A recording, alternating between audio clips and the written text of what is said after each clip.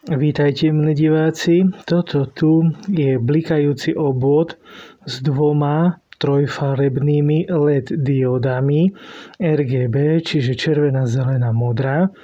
Je napájaný troma tužkovými batériami zapojený do série.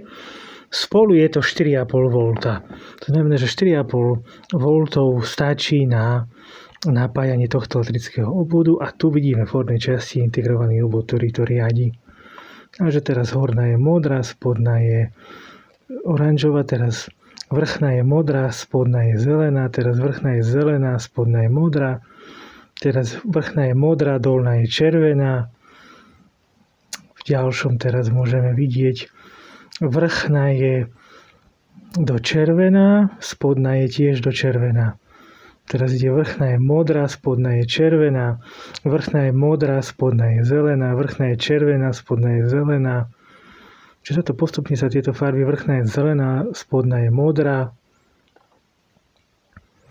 Takto sa postupne tie tri farby menia premenlivo, ako ich riadi integrovaný obvod. Vrchná je modrá, spodná je zelená. Teraz vrchná je takto biela, až do zelená, do modrá a spodná ide do červená. Takže tak sa tie farby postupne menia.